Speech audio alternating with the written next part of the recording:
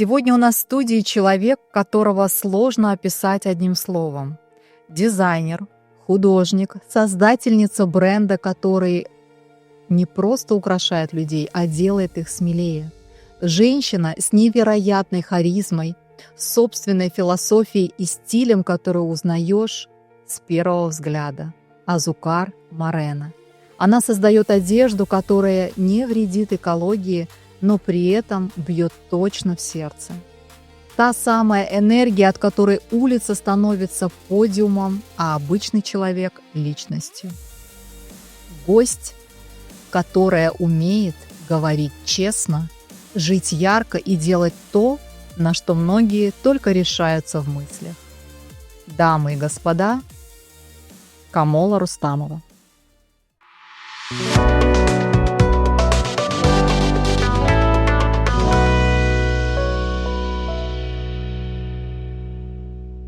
Камола, спасибо, что сегодня вы с нами здесь. И давайте начнем. У меня первый вопрос. Если бы вы могли описать себя одной какой-то сценой из фильма, то какая бы она была?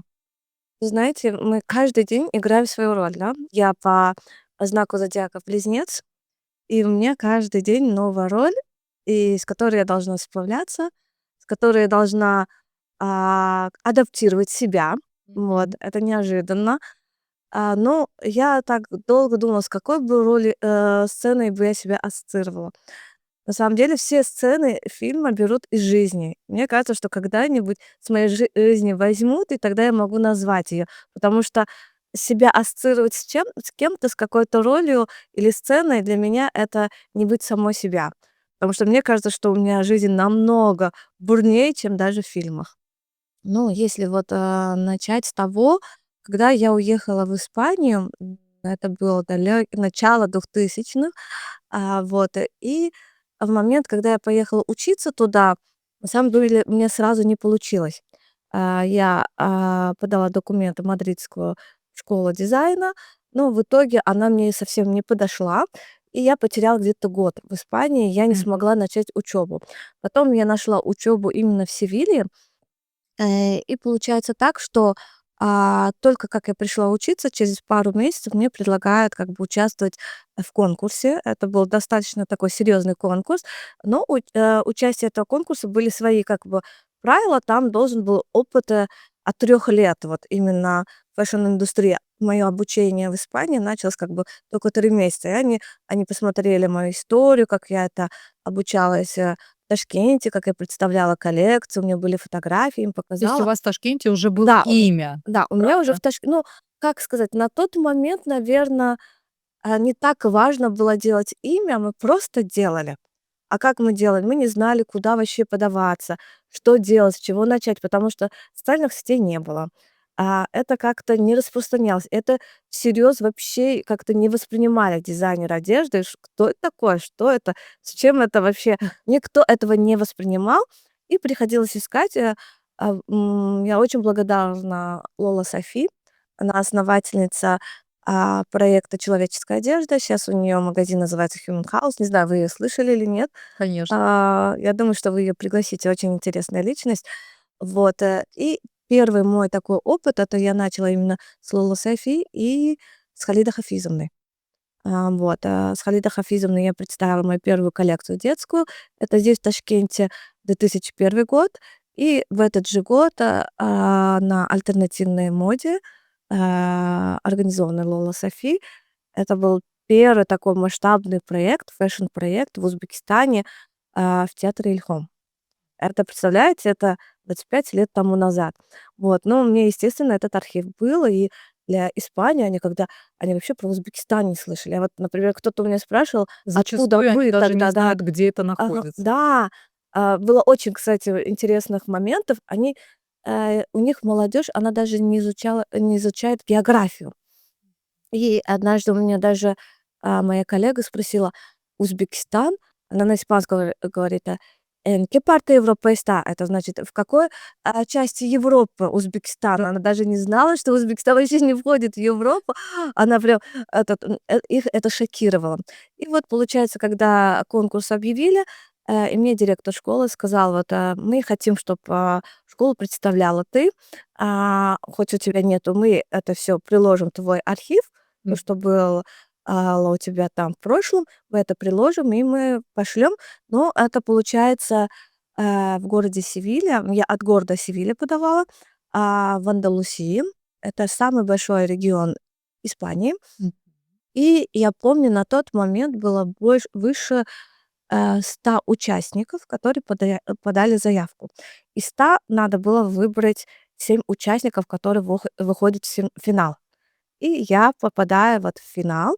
И когда вот мы приехали уже, это было 13 октября, никогда не забуду, пятница, пятница 13. Вот я приехала в город Эспартинас, где проходило вот это всё большое мероприятие, торжество. И я помню, когда я представила коллекцию, и что я думаю? Я думаю, вот сейчас нас всех зовут, нам вручат дипломы, а потом объявят, как бы сказать, победителя. Как обычно это Да, делается. я думала, что мне сейчас дипломы дадут. Вы знаете, у меня нету диплома об участии там, но есть газеты, где это все рассказано. И и получается, когда мы все участники вышли, 7 участников, и с каждого региона, и объявляют меня как, победителем. Победитель. Да, сразу это было первое. Они не томили там, там рекламная пауза или Да, там вот, да. они сразу, потому что единственный, победитель — это, из 7 одного надо было выбрать. Я думала, сейчас мне это вручают, как бы диплом. Меня Об вызывают, участии да, просто, да? и все. И я тогда не поняла, и когда уже я вижу, что ко мне с микрофонами прибежали, у меня, конечно, было шоковое такое состояние, но, и я помню, я слышу, что вот, там, испанки говорят, они говорят, "El viernes 13", это значит пятница 13, "Que Ага. mala suerte", это плохая удача, "Que А, mala suerte". И они: "Как это так?" Потому что я приехала в этот город, он чуть-чуть далеко от, Севильи находится, как бы 2 часа на мгм. машине. Они приехали со своими телохранителями. Там Ну, дизайнер они такие такие вышла, уже, наверное, ага, со своими, именитые. да, у них там. Я сама со своими чемоданами попросила друга, чтобы он мне помог поехать, чтобы я представила коллекцию. За неделю до показа я жила в квартире, где нас было очень много людей, потому что на тот момент снимать на себя квартиру — это было, Одной было да, тяжело. не то что тяжело, никто и не давал. Это, получается, что, снимала гражданинка Украины, и там уже в каждой комнате по двое-трое, жили людей, которые одну комнату делили на несколько человек. Только у меня была одна большая комната, М. потому что мне нужно было пространство, где шить и все такое. И получается так, что я это ровно за неделю до показа я шила коллекцию, повесила, это было в зале, так развесила. И А одна коллекция была из наших национальных тканей это на тот 2006 год. Я вам скажу, что тогда не было соцсетей, не было "Телеграма", не было "Ватсапа", да. Я очень хотела сделать из национальной ткани, но как в Испанию тогда отправить посылки? Мне мама часто отправляла посылки, они либо доходили, либо где-то терялись. И в этот момент у меня не дошло. Я что сделала? У меня была коллекция, называлась "Amanecer en el mar". Это значит "Восход у моря". Потому что до этого я никогда не видела восход у моря, и меня это очень сильно впечатлило. И я представила вот это насыщенное море, вот эти волны — это такая тяжелая ткань. И я представила это джинсу. Я Мгм. очень любила и люблю до сих пор работать из джинсовой ткани. И вот у меня вся коллекция была из джинсовой ткани, но на ней были орнаменты нанесены, потому что солнце я представила, в узбекских таких мотивах, как она расплывается на море. Я это представила, и орнамент солнца, он был именно такими узорами, как будто бы узбекский. Напоминает Да, наши, да? восточный, да. И вот, я соединила там только 2 цвета: золото, джинса — это насыщенное такое море, волны, и золото — это, блики солнца. Полностью сама вышивала. И когда я развесила, что вот глажу, вышиваю, вешаю, там они длинные платья были, просто пришла соседка, увидела вещи, ей не понравились, и она разрезала мою коллекцию. Это за неделю до показа. Мы с Это ней было сделано намеренно? это было сделано почти намеренно. Это было сделано как бы назло. Она тоже участница была этого Нет, нет, нет, конкурса? она была намного старше меня. Женщина совсем не было отношения к тому, что вот в фэшн-индустрии там, в Европе, но она до этого мне рассказывала, что она тоже, на Украине обучалась фэшн, но так и не пошла, что так не повезло, вот что, ее никто тогда не поддержал. Ну, видимо, там какая-то внутренняя обида. Женщина была намного старше меня. Вот. И все, что я смогла спасти, я спасла. Пол коллекции, как бы сказать, платья, на которых должны были быть кафтаны, да, вот типа чапанов, но и джинсы. Не все восстановилось. Тем не менее, я смогла представить коллекцию, хотя я пошла и сказала, что я, скорее всего, не смогу участвовать, потому что я не смогу физически закончить. И мне просто, в школе сказали: "Мы тебя освобождаем сейчас от уроков, пожалуйста, давай". Ну, как бы, потому что с нашей школы ты единственная, кто прошла все этапы, и нам это нужно, они сказали. Меня освободили от уроков, но, на тот момент я еще работала. Подрабатывала я нянькой. Я смотрела за мальчиком, ему было 4 годика. Естественно, я бежала на работу его, там, в садик, потому что работа уже никто.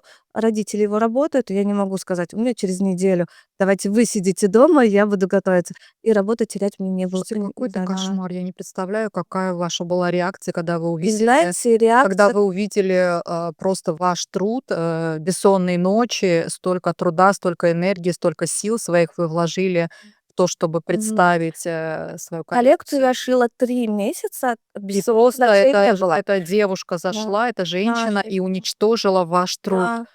Как это вообще произошло и что вы сказали тогда? Ну, и я, Какая была у ваша меня реакция? первая реакция была то, что я уже не смогу участвовать. Бессонные ночи начались именно после этого, когда мне, сказали: "Нет, у нас нету отговорок, либо мы тебя отчисляем даже". На такое пошло. Но мне кажется, это было больше такая мотивация, они бы меня не отчислили бы. Это была больше такая мотивация, чтобы я как бы почувствовала ответственность. На тот момент я, подрабатывала, вот, не подрабатывала, это была моя основная работа, смотреть за ребенком. И подрабатывала я еще тогда, потому что основная работа не покрывала все мои расходы.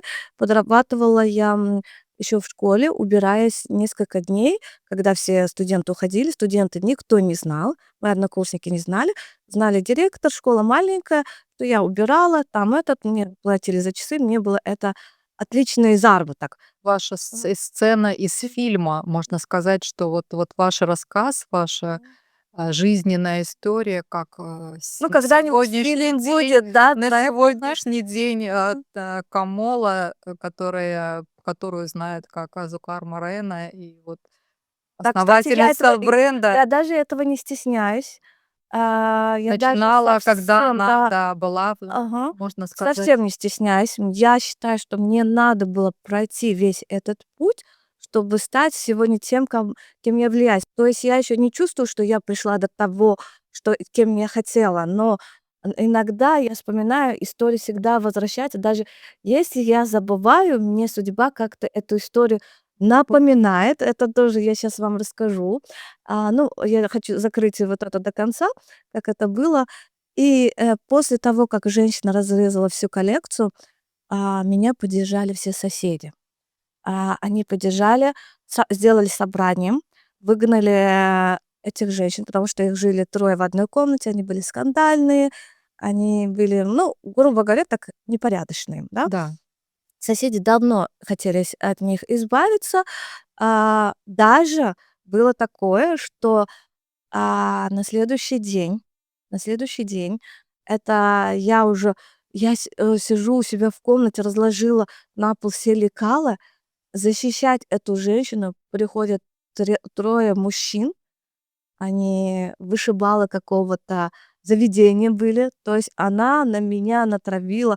То есть я такая худая была, такая маленькая, мне сколько, 22-23 года, 40-летняя женщина на меня натравила На мужчин. Они девочку. пришли меня чуть ли не вот ну, откровенно Не говоря, убивать. убивать, Да, да? они пришли меня убивать.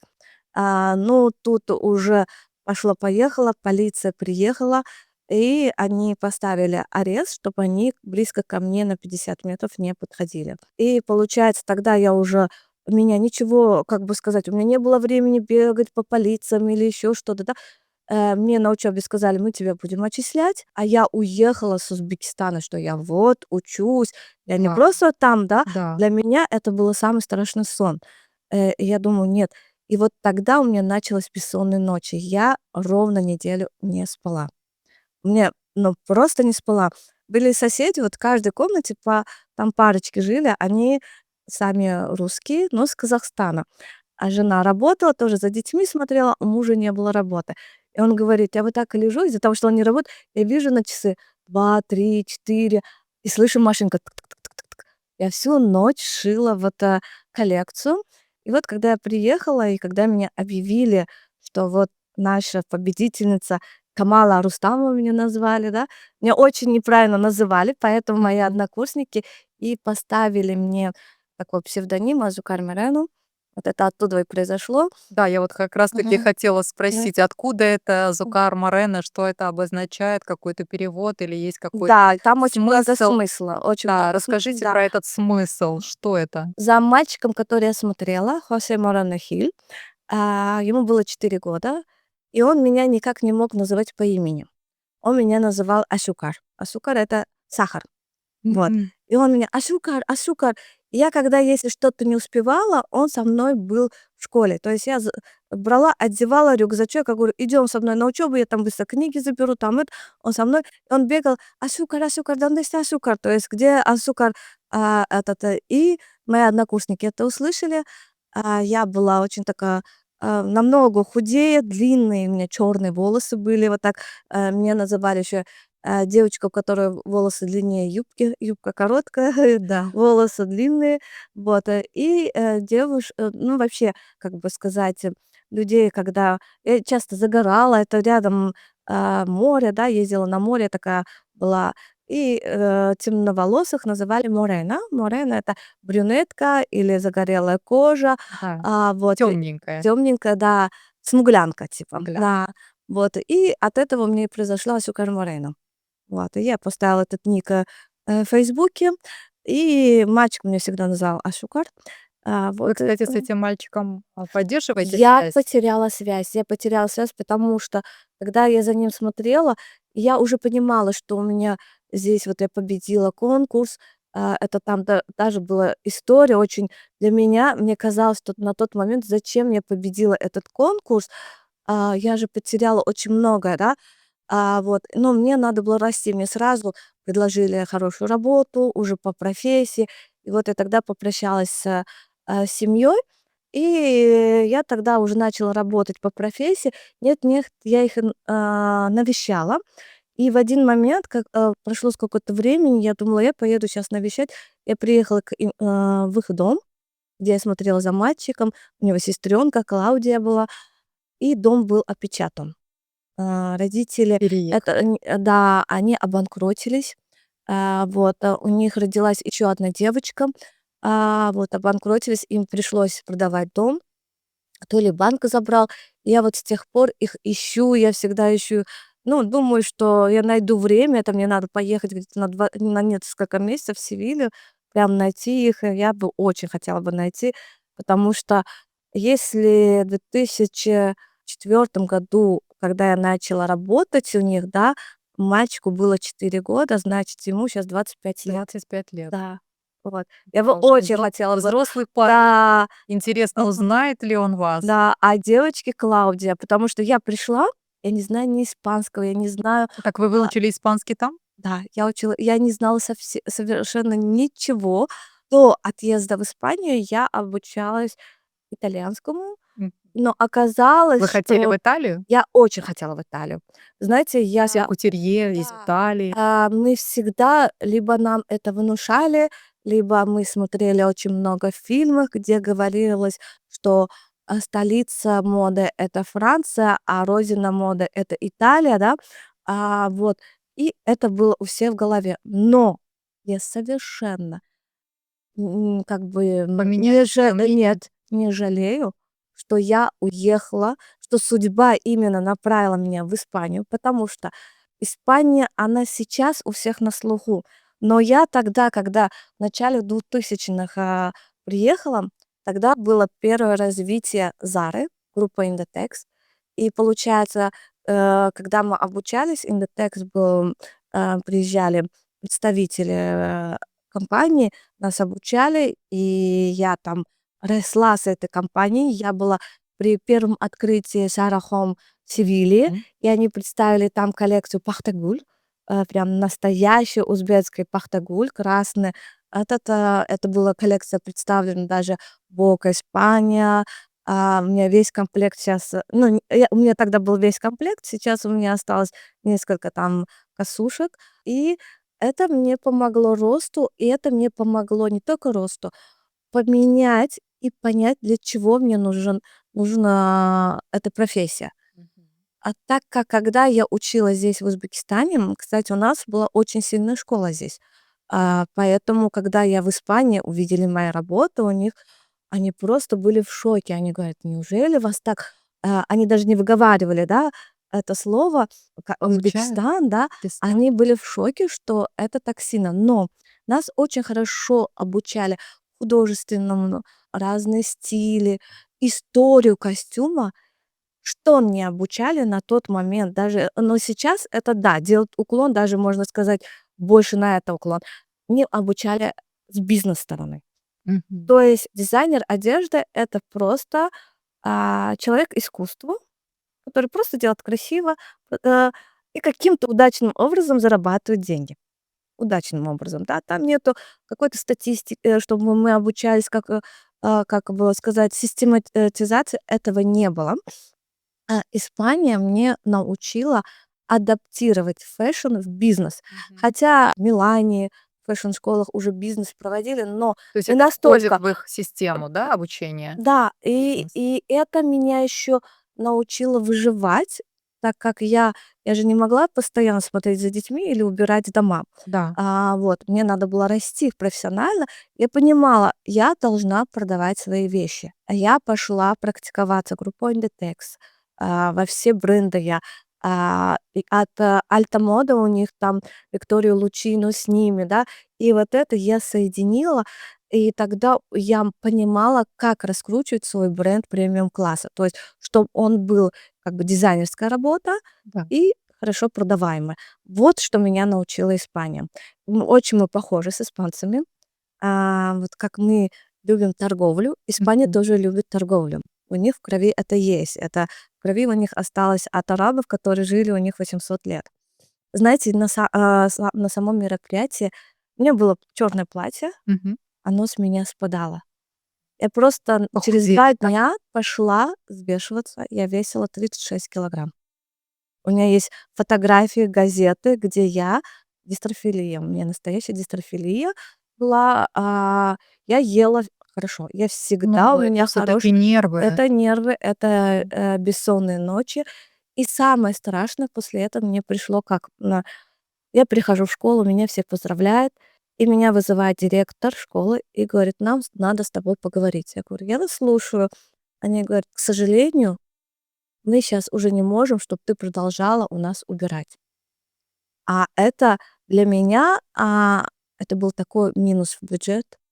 Я думала: "А как дальше мне А как я быть?" буду жить? Да, как я дальше? Они говорят: "Мы не можем позволить, что, победительница такого конкурса, который представляет всю Андалусию, убирает. Если кто-то узнает, то это нас как бы". И это был для меня ударом. Для меня было совершенно без разницы, убираюсь я честным путем зарабатываю свои деньги. Да. Просто на тот момент у меня не было разрешения на работу. Я была просто как студентка. У меня даже это не документ был, это была просто бумажка. Если полиция меня останавливает, я могла показать эту бумажку, ничего не делая. Как бы, она была там легально, но это мне не давало права вылетать в Раб Узбекистан, например, и работать. и работать. Для меня это было очень страшно. Я пришла со слезами, потому что это, минус в месяц там было минус 200 или 300 евро.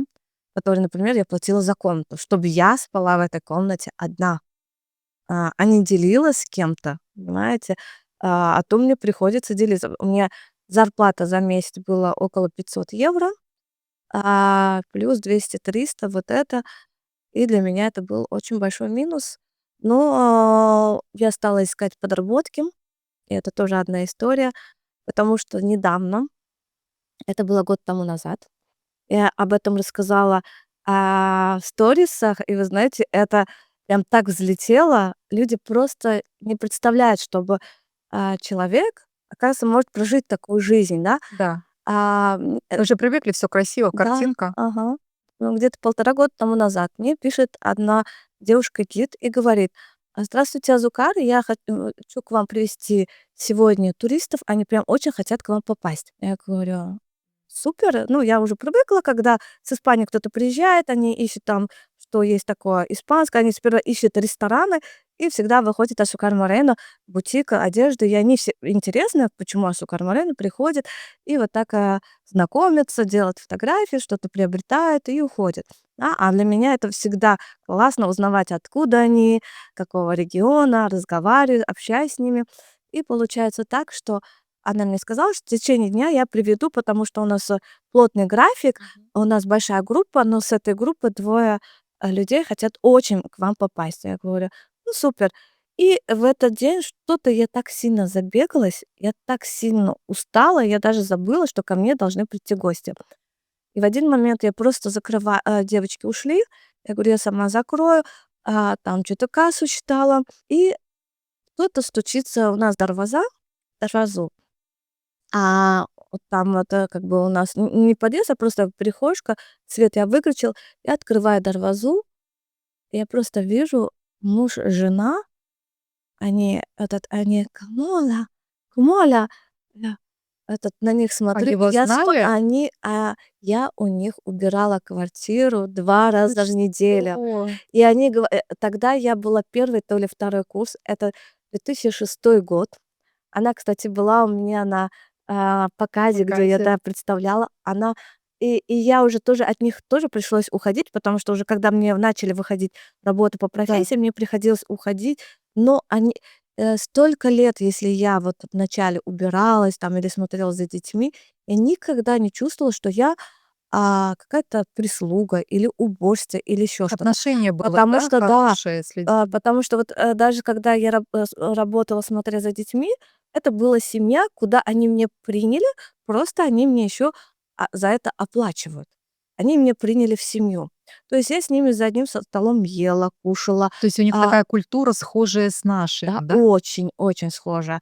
И точно так же, когда я ходила подрабатывать, это было по часам, то есть за час они мне платили, я помню, 8 евро, по часам. И там нету, конечно, времени сидеть, чай пить, но эта женщина, она мне Кармен, она со мной вместе как бы убиралась, и мы пока убирались, она у меня все расспрашивала, я ей рассказывала про, Узбекистан, я ей рассказывала, что я хочу вот так, вот так. И она говорит: "Ты представляешь, ты тогда мне рассказывал свои мечты, и я их вижу". А я забыла про эту историю. Она мне она говорит: "Ты мне рассказывал, что ты хочешь поехать, что ты хочешь, сделать свой фэшн-дом". У Да, меня так и называется "La Casa de Moda", то есть, дом моды, да. И у тебя это уже есть. Ты представь, осуществила. да, спустя 20 лет мы тебя видим, а, и у них слезы, у меня слезы, и мы сделали общие фотографии. Я об этом, поделилась в сторис. Люди были в шоке. Что я могла откровенно рассказать, что, да, я у них убиралась, но, как бы я ничего плохого не делала, даже наоборот, у меня какие-то Наоборот, конечно. навыки были в уборке, да. Вот, и, ну, как бы сказать, вот такой путь тоже я пришла. И нет-нет, даже когда я забываю, мне судьба напоминает: "Ты что, вот ты прошла через это, так что, будь благодарна, да, тому, чему имеешь". Вот. Когда был тот момент, когда вы поняли, что вы все таки вообще-то охрененно классная и талантливая?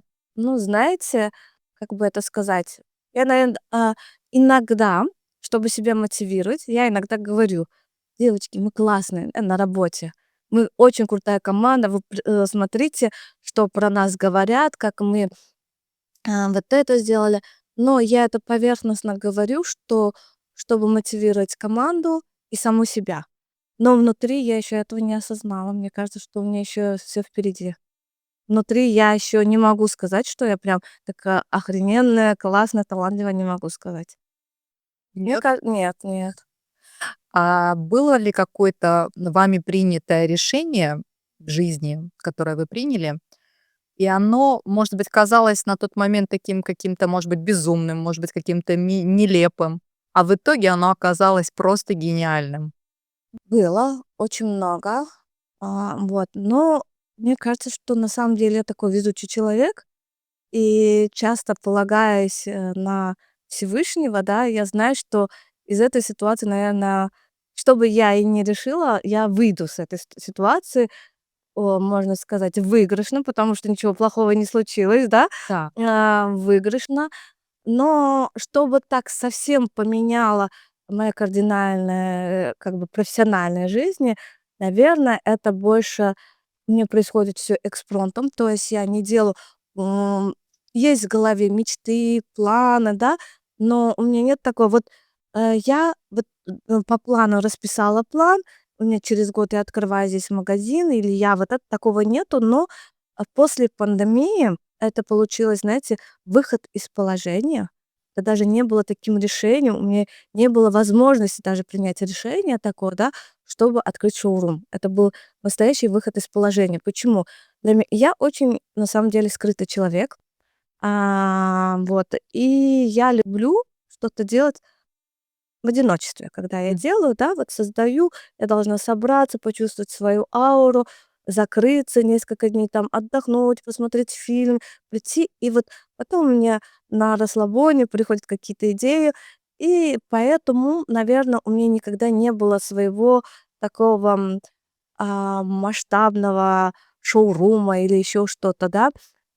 Вот, я снимала квартиру у одной знакомой, где я сделала себе мастерскую, где я могла сидеть, уйти в себя, чтобы у меня были под рукой. Нужно карандаш что-то зарисовать, был карандаш. Вот я уже зарисовала, нужна машинка, ножницы, ткань. Вот чтобы у меня это все под рукой было, у меня была такая мастерская. Она была очень за месяц я платила очень маленькую сумму, но, я там небольшие деньги не зарабатывала. Для меня вот это спокойствие, то, что меня никто не трогает, никто не приходит, а я сама собой, да, вот это все В сделала. своем мире. Да, в своем мире. Вот, и получается, что квартиру я сняла до пандемии, потом пришла пандемия. Во время пандемии я вот, в масочке выходила из дома, шла туда пешочком так, вот там начинала шить, что то делать, вот так отвлекалась, ставила новости на испанском, либо фильмы. И вот так я что-то делала. И в один день она мне приходит и говорит: "Я должна вам сказать новость". Я говорю: "Я вас слушаю". Я продала квартиру. Я говорю: "А что мне делать? Куда?" А это было прям вот, самый разгар, когда все болеют, Да. когда все ни на кого нельзя надеяться. У меня нету ни помощников, никого нету, да. У меня дома, на тот момент мама с папой температурят. Я сама потеряла, как сказать, Обоняние. обоняние, да. И получается, и она мне ставит так в известность, а там у меня 5 швейных машинок, а, ткани, ну, кучу вещей, которые собралось за 2 года, да. Я думаю: "И куда я пойду?" Я начинаю искать помещение, ничего не могу найти. И вспомнила про парк, пошла и вот там нашла на втором этаже, я пошла в администрацию, они говорят: "У нас нет свободных мест". А оказывается, было очень много свободных мест. Просто я вот сейчас понимаю, что администрация тогда не хотели давать в аренду, потому что они боялись, что это место превратится в коммерческое. Мгм. Вот прям они Это какой никак это парк? парк Навруз. Мгм. Вот, они не хотели превратить его в коммерческое место. Для них это вот это очень красивый парк. А, и я стала ходить по домикам, и один домик, я поднялась наверх, такая мансарда красивая, мне так понравилось. И я поговорила с хозяином, кто сидит в этом домике. Я сняла второй этаж. Я говорю: "Прекрасно". здесь меня никто не трогает, я ничего, я переезжаю. Как я переезжаю? Родители температурят, сестра температурит, у меня нету помощников. Я просто каждый день складываю вещи в чемоданы, перехожу дорогу, вот так, и только одним днем уже на грузовике мы завозим машинки и все такое. Я вложила туда все свои деньги, знаете, чтобы сделать ремонт, закупить новые ткани. Портних не было, но я нанимаю портних. Ко мне приходят портнихи, и они говорят: "А вы еще нам зарплату будете платить?" Я говорю: "Ну да, а как вы мне бесплатно?" Они говорят: "Ну, вы сперва посмотрите, как мы шьем." Пришли двое сестер, они приезжали с июля, я говорю: "Ну, давайте." И сделали мини-коллекцию. Я так думаю: "Ну, фотосессию надо сделать. А как сделать?" Ну, и, в общем, мне так самой понравилось, мне так, и я развесила вещи. Я думаю: "Ну, у меня же шоурум само по себе". То есть у меня не было какого-то плана, что я открою шоурум. Да. У меня нету какого-то этого, и оно так получилось, и я делаю, открываю шоурум, приходят люди, а на следующий день я сажусь и думаю: все, я все деньги потратила. Что дальше? Да. Ага, что дальше? Портних нету, потому что они, ну, я им все заплатила, все хорошо, потому что я была очень ими довольна. Но почему их не было? Они сами с июля, но живут в Казахстане. То есть они приехали на 1 месяц, так удачно получилось, что они этот, я, честно, даже и не помню, как я их нашла. Либо в какой-то группе что то там, ну, в общем, так Люди получилось. сами вас находят. Да, да, кстати, Попадаются те да, люди, очень которые хорошие вам ребята. нужны на тот момент, Да, ага. когда вы в чем то нуждаетесь. Мгм. И я понимаю, что, я села, одна сижу, никого нету, в парк никто не захотел. И думаю: "И что дальше?" Так смотрю сторис, очень много людей и раз звонок: "Вы из шоурума Зукар Морено?" Я говорю: "Да". "А можно к вам прийти?" Я говорю: "Да".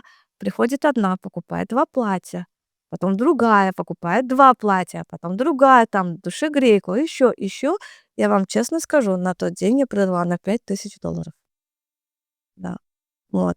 Хотя платья были я сама села, я думаю: "И чё мне дальше?" Я сразу эти деньги вкладываю, нанимаю портних, покупаю еще Вы на машинки, тот да. момент поняли, что Да, это то дело, что я на да, правильном пути да, и что людям не хватало вот этой яркости. Или проходили люди, они говорят, поднимаются наверх, и они говорят: "А это можно купить?" Я говорю: "Да". "А сколько стоит?" "Вот столько". Они: "А можно я 2 возьму?" "Да". И вот я вот этот день не забуду, да. И вот так у меня пошло. Конечно, за $5000 я не каждый день продавала, потому что это почти было все, что я продала. И я да. тогда цены такие, ну, низкий поставила, да, вот блузка по 50, но у меня продались 10 блузок. Это в один день. 2 курточки, 5 платьев, и все вот это так собралось. Но я поняла, что мне Это надо покупали наши местные, да? наши местные. То И есть для это не меня иностранцы. нет, не иностранцы. И когда к нам приходят и говорят: "Это все для туристов", я говорю: "Нет, у нас туристы не покупают". Когда мне говорят: "Мы вам приведем группу туристов", я говорю: "Пожалуйста, не приводите". Они не поймут. Они, скажут для них: "Ой, это же цены почти как Гуччи, а зачем? Я лучше пойду Гуччи". Они не поймут. Понимают больше наши. Понимают, ценят наши. И для меня это самая большая победа, что я завоевала сердца наших местных женщин, потому что это самые капризные клиенты, это самый тонкий вкус. Почему? Потому что, у Самые нас требовательные. да, у нас, женщины, они намного, тоньше к этому подходят. А, Более они практичные. очень практичны, да. И на тот момент, чтобы, местные покупали дизайнерскую узбекские вещи за $200–300, они: "Ой, нет, я добавлю и лучше и куплю Гуччи". Вот. Или я там Zara, да, Мгм. самым я говорю: "Ну как?" Но я смогла это сделать, и у меня сейчас 90% это наше. Это очень редко, когда вот просто с улицы турист пришел и скажет: "Вах!" Но есть такое, это когда они приходят, смотрят, ага, говорят: "Да, красиво", но дорого, уходят. Но через пару недель: "Ой, знаете, я у вас видела вот это платье, я не могу, я уже не сплю, и я хочу". Я говорю: "Ну, извините, уже продалось. А можно заказать?" Нет, мы не повторяем. Но То они есть все вы так. коллекции свои, которые отшиваете, вы не повторяете? Есть вещи, которые мы можем повторить. Я уже поставила ту линейку, которая у нас часто бывает. Есть платья, которые мы их повторяем, но, стараемся делать немного, в одном цвете, то есть меняем. Но есть вещи, которые никогда, даже если я захочу, я не смогу повторить. То есть получается, когда Мгм. клиент покупает у вас вещь, Мгм. то он, Да, знает, что такой мгм. второй Не не будет, будет ни у не кого. будет. Ведь Даже это же сам самое главное М, для женщин, чтобы не да. повториться, чтобы Мгм. не быть похожей на кого-то. И когда ты, как это я говорю, самый страшный сон — это когда ты Мгм. приходишь на свадьбу, и на свадьбе сидят Мгм. еще 2 девушки в таких же платьях, как и ты. Мгм. Последнее время уже немножко поменялось вот это мышление. Уже женщины не считают, что быть, в одном таком же платье, как у другой, что это как-то неприятно. Нет. Нету такого. Например, даже, например, девушка у меня купила платье, выставляет, да, сторис. И, естественно, отмечает, мы делимся, да, и сразу пишет. Когда уже на реальном человеке видит, больше люди как бы отзываются, потому что они больше представляют, как это будет на них смотреть. И они говорят: "Ой, я хочу прям точно такое платье". Либо мне покупает клиентка, за ней приходит подруга, они иногда даже делают, чтобы чуть-чуть, мнение поменялось вот насчет этого. Но тем не менее у нас все равно это не массовое производство. У нас есть вещи в единичном экземпляре, есть вещи, которые повторяются. Есть у нас база, таких лекал, которые мы повторяем, только, немножко видоизменяем. Изменяем пуговички, разрез горловины, рукав, а форму оставляем. Потому что отработанная форма уже, которая подходит лекала на наши ткани, чтобы узоры, вот, и чтобы уже людям было легче представить его, на себе, как это смотрится. Мы представляем это клиент часто спрашивает, именно когда, публикуют, да, вот, и через них на нас: "А вот точно такого нет?" Я говорю: "Ну, к сожалению, нет". То есть уже люди не боятся одеть то, чего кто-то одел. Вот, не бояться. Ну да, есть такое, те, которые хотят быть в эксклюзиве, Мгм. хотят быть, Мгм. только чтобы она была одна. А есть, Мгм. которые не боятся, это Да. прекрасно. Мгм. Камол, у меня такой вопрос. Вот вы рассказали о таком своем нелегком жизненном становлении. Что вы потеряли на пути, к тому, вот кем вы сейчас стали? Мгм. И стоило ли это того? Что я потеряла? Я бы сказала, что больше я, конечно, Может быть, приобретаю. кого вы потеряли? Да, я теряю людей, я теряю друзей. Причем с каждым моим каким-то, большим проектом, когда я представляю, когда я начинаю приглашать людей, или я когда-то на стадии, чего-то, что через несколько дней у меня что-то будет, давать я на тот момент теряю очень много друзей. У меня, можно сказать, подруг, вот если посчитать на пальцах и отнять там 3 или 4 пальца. Вот. Я очень на своем пути потеряла очень много друзей. Вот, Стоило это того? а, когда я иногда об этом делюсь, и даже мне пишут, там ответы приходят, да, значит, это не был друг. Не, они были друзьями. Я не знаю, до сих пор не могу понять, стоило ли это того, но, с каждым разом очень многие люди снимают себе маски, и на самом деле в фэшн-индустрии очень много лицемерия. Очень много лицемерия, я не постесняюсь сказать того слова, очень много грязи.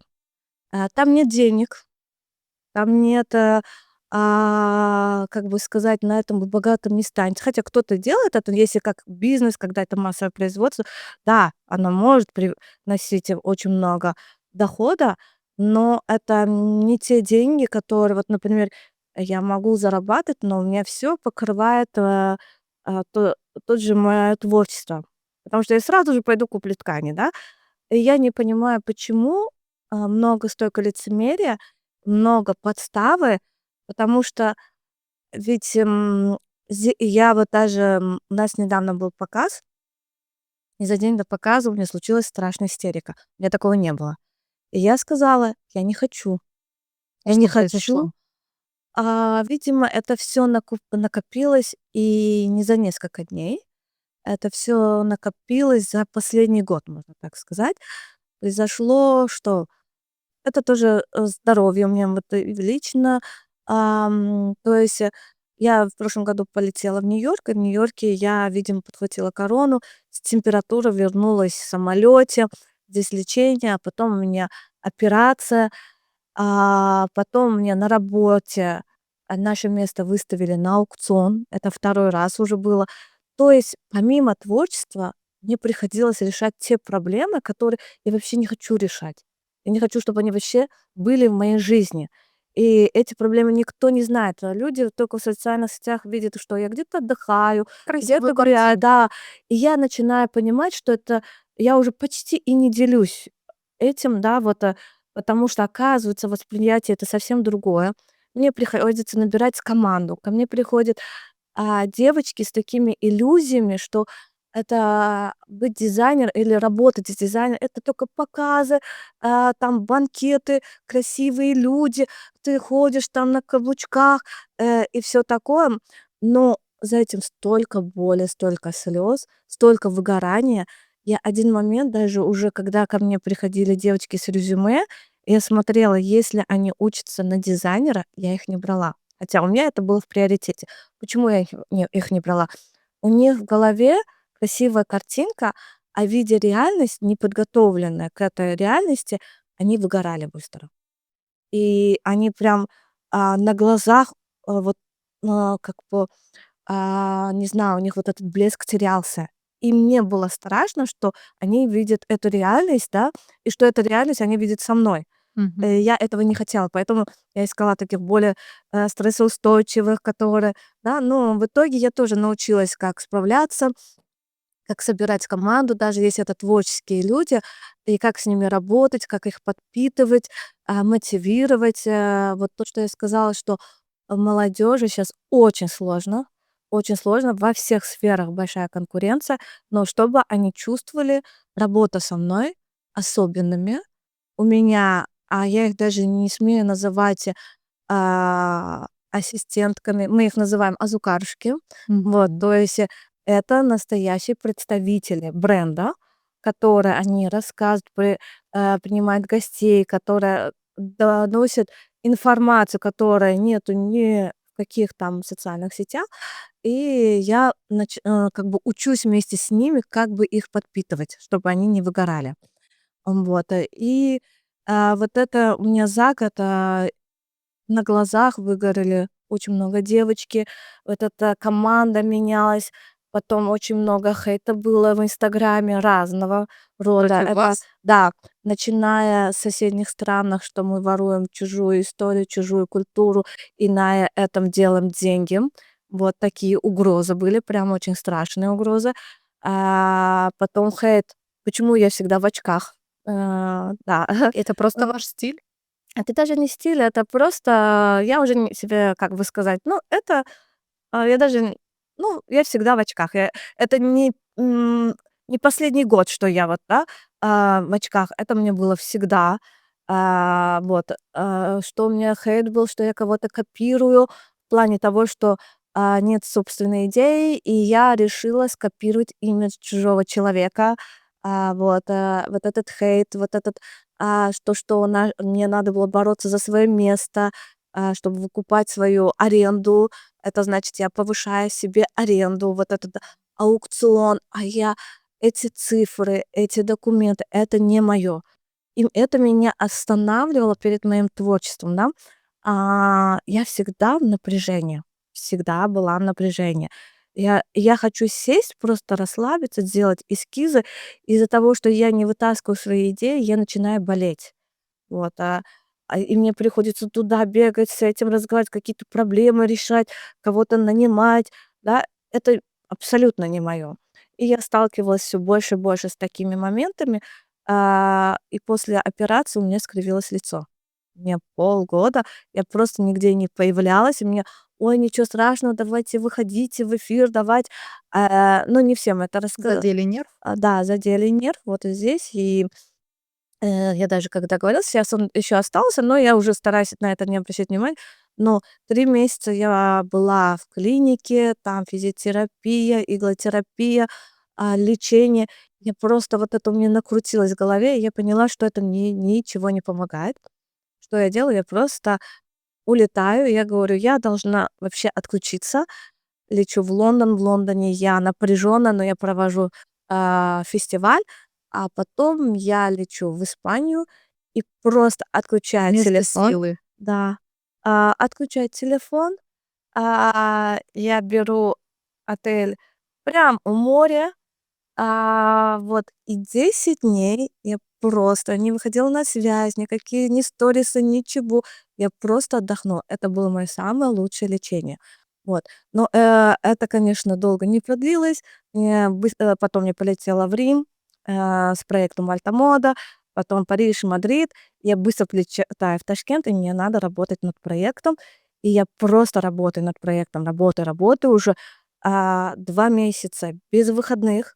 В сентябре у меня какой-то вирус подхватила. 2 недели у меня не падала, температура, но иду на работу, потому что я себе поставила такой дедлайн. Вот, 20 числа я делаю фотосессию этой коллекции в Мадриде. Вот это у меня все вбило в голову. Я лечу в Мадрид с температурой, но мы сделали эту фотосессию. Лечу после этого в Рим, в Сенат. Я, была приглашенным гостем в Сенате, выступала в Сенате в римском.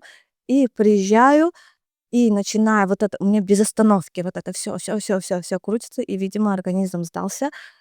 Почему он сдался? Потому что, я чувствую, что у меня нету помощи внешней, ни финансовой, ни моральной, да, а все от меня начали что-то требовать. Все ждут от вас. Да, все ждут от меня, и у меня на горизонте появляются мои друзья, которые меня, Когда-то да, предали. предали конкретно. Они говорят: "Ой, Камилочка, оказывается, Альтамода, и ты там представляешь коллекцию, а у тебя билетики есть?" И вот просто меня давление на билеты, на пригласительные, на это, а я этим не должна заниматься. У меня совсем мало срока, мне надо доделать коллекцию, и мне просто приходят на работу, меня отвлекают, меня, Вы их достают. простили? Знаете, у меня нету такого, чтобы простить. Но У вы их меня уже приняли? обиды нет. У меня просто даже времени не было на них. Обижаться. Да, у меня нету времени на них обижаться, но, с другой стороны, я понимаю, что это потом будет мне груз. Вот если я сейчас их не приглашу, дело даже не в прощении, а в том, что они на меня вешают этот груз. Они говорят: "Ой, ну ты уже вообще, тебя уже это". Я думаю: "Блин, мне сейчас не до этого". Мне, если я сейчас не буду работать, если я руками не буду дошивать, либо не буду со своей командой, то у меня коллекции не будет, которую я представлю, куда вы хотите попасть. Не отвлекайте меня, да, потому что оно вот так и не происходит.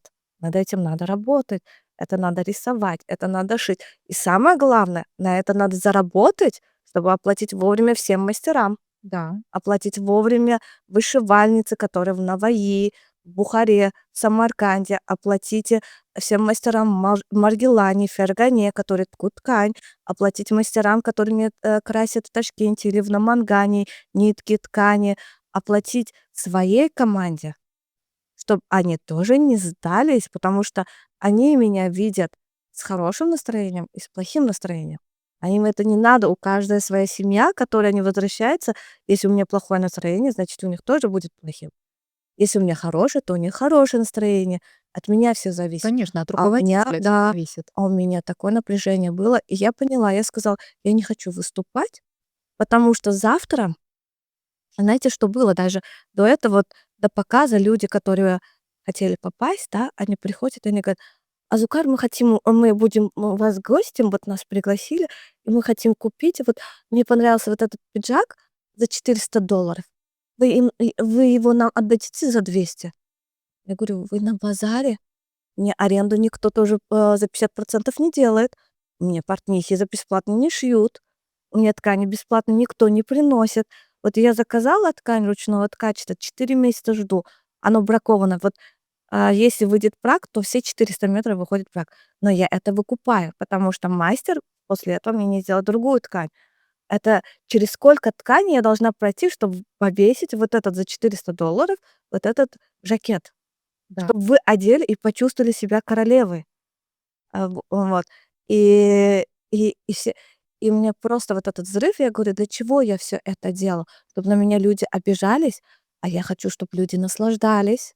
Я не хочу вот этого лицемерия, которые хотят прийти, купить, я там много". Ну, например, с этого жакета у меня останется чистыми, может быть, $20, если останется. Ну, почему вы должны оправдываться, Да, сколько вам должно вот остаться? именно. Каждый Ага. труд должен быть Конечно, оплачен. оплачиваю. А, и вы, тот человек, который заслуживаете достойной оплаты, Да, и ваши коллекции, они просто даже вот, я не говорю, какие-то сказочные. Иногда да, смотришь и думаешь: неужели это все вот это сшито руками? Это придумать нужно, это конечно. нужно столько быть настолько творческим, настолько знающим вкус, настолько быть, человеком, который вот живет этим.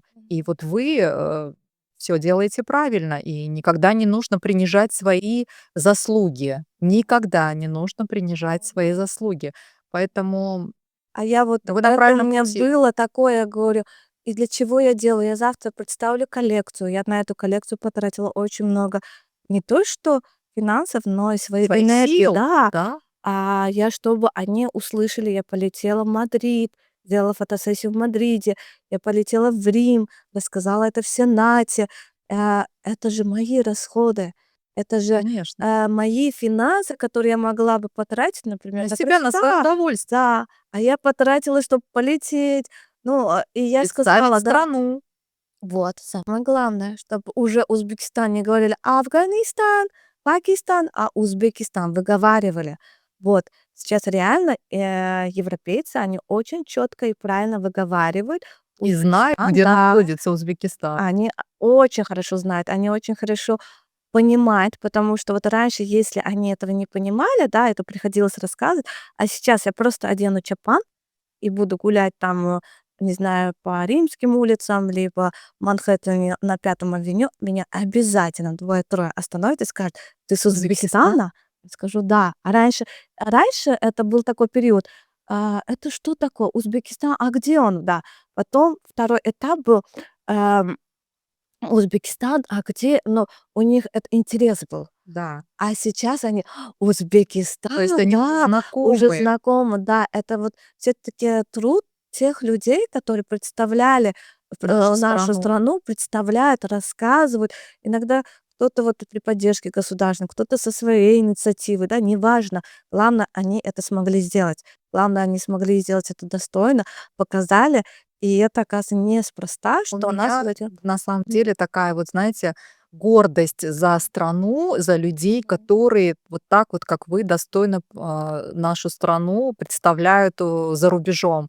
И когда наша страна выходит на подиумы в других Мгм. странах, это же здорово, Это вообще прекрасно, это да. прекрасно. Это прекрасно. Камол, какой самый большой страх до сих пор живет в вас? Потерять, наверное, близких всегда это страшно. Остальное вот переживание вот такое.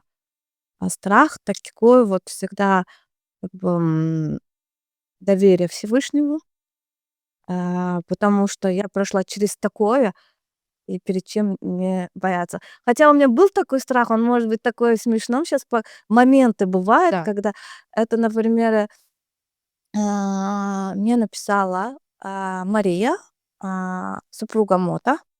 Матвей, да, Кстати, да, я недавно видела, вы, представляли ее, образ да, на да, концерте. ага. Она мне написала, но я от того, что не совсем социальная, хотя многие говорят, что я там такая активная, я вообще не считаю, что я активная, потому что я выкладываю в социальные сети, например, 1% из 10. И если я это выложу, да, ну, я не то, что чтобы социально, я за кем-то не слежу, про Мото знала, я знала, что супруга вот. с ним выступает, но конкретно не следила, и я не знала, кто она. Вот просто с галочкой кто-то написал, я поздоровалась и отправляю в группу девочкам, говорю: "Девочки, смотрите, это кто?" И у меня, девочки же молодые, все 20 лет, они завизжали: "Азукар, надо делать, потому что это супруга мо". На следующий день они мне все и показали. Я говорю: "Так я знаю, я видела". Но они мне написали за 5 дней до выхода концерта. Я говорю: "А у меня ничего нету такого", потому что новая коллекция вышла, она уже вся продалась почти. И я думаю, вот отсюда собираю. Я говорю: "Давайте, что я могу быстро сделать? Я вам могу отшить брючки, жакет есть, корсет есть, там еще что-то". И мы там и не договорились, что рядом девочки, они наверх оденут. Она увидела один образ, где у меня был шарфик, вот так, как топик. Ей этот образ понравился. Я сама в голове думаю: "А как же мы? Они же двигаются, они же танцуют". Но в итоге мы пришли, я говорю: "Ну ладно, импровизация". Всегда у меня в голове. В итоге девочки сказали: "Ой, давайте мы их красиво завяжем вот так". Я завязываю, я вижу, ну, фигура такая красивая, но это девочки спортивные танцы занимаются, да. Да. Такие подтянутые. И я понимаю, что это просто настолько красиво, что потом мне может прийти такой выговор, да. Они выходят на сцену, и я знаю, что там среди вип-гостей были, среди, первых лиц. Я думаю, и они выходят на сцену, рядом моя помощница: "Азукар, как классно, вы посмотрите". А я говорю: лишь бы завтра ко мне не пришло, что они вот Да. такие открытые, потому что саму Марию мы, наоборот, одели, что у неё не было чего-то открыто, а девочки, да. И этот страх, он, ну, а, как было, сколько, час, наверно, был. На утро, наоборот, все, столько сообщений мне люди пишут, говорят: "Мы сразу узнали, что это вы". То есть я тогда поняла, как ДНК работает, как работает то, что я неосознанно, но отточила свою ДНК, и не было ни одной критики, никто не пришел, никто, сильно как-то не критиковал. Было пару таких комментариев, очень мало там, написали, как это унизили нашу традиционно одежду, открыли животы. И там также на узбекском, другие комментаторы ответили, говорят: "С таким мнением у нас не будет, развиваться". Развитие, Да, это конечно. же видно, что они это спортивные танцы, вот так этот. И тока пару таких, в основном публика их встретила. То, что она вышла на сцену, не в традиционном костюме узбекском, но хотя бы из ткани, что она уважает, вот это прям сыграло очень Конечно, это хорошую же роль. проявление Да. уважения к Мгм. стране, Да. когда вы Да. одеваете что-то из традиционной М. ткани, пусть это будет М. не в том национальном нашем Мгм. стиле, Мгм. но из нашей ткани это проявление Но она большого очень постаралась, уважения. она изучила, заплела косички, она прям вот подготовилась, да. Вот она сказала: "Вот мне такой образ, мне только надо что-то, чтобы И я вот, когда они выходили уже, все уже их, оказывается, её прям такой фан-клуб, да, и они все так, и когда она вышла на сцену и увидели, просто где-то 3 минуты Аплодисментов, да? аплодисменты, все визжали, все уже у меня, я смотрю, отметки пошли, тык тык тык тык тык, отметки пошли, все в сторисах выкладывали. И я поняла, что Успех. да, это был хороший опыт. Это был таким опытом, который за короткое время, и мы смогли такое сделать, что реально тоже еще добавил узнаваемость бренду. Вот. Очень хороший опыт был. Такой каверзный вопрос. Мгм. Если бы люди бы знали какую-то одну, какую-то о вас правду, то то, что вы скрываете, Вот что бы это было? вы знаете, люди обо мне столько правды знают, о которой я сама об этом не знаю. М, ну, я, может быть, как-то и закрытый человек, но я что-то такое прям и не скрываю о себе, что, может быть, где-то не договариваю. Потому что, мне кажется, это не обязательно всем об этом знать, да. Но если кто-то что-то узнает, я не думаю, что прям такое что-то страшное. Мне даже как-то это иногда забавляет. Мгм. Даже придумывают разные истории. Какая М, была самая смешная и нелепая история, про которую ну которую придумали про вас, а вы ее услышали, и вам было так смешно? да, было Было? такое, было. Что? Это именно когда я открыла, шоурум, получилось так, что пришла клиентка, и она говорит, она была у парикмахера, и парикмахер известный визажист, я у него не была, я часто о нем слышала. И он говорит: "А куда вы такая красивая идете?" Она говорит: "А Зукар Морено открывает свой первый шоурум". Он говорит: молодец девочка, вот она молодец. Она столько лет была в запрете, прорвалась". И она мне рассказывает, я говорю: "Интересно, а в каком запрете я была?" Я не была, меня никто нигде не запрете не держал, никто мне нигде не да, Дороги есть не такое закрывал. не, есть такое, что закрывают дороги. Но Но с вами это такого не было. было. Было? Было и много раз, очень много раз было.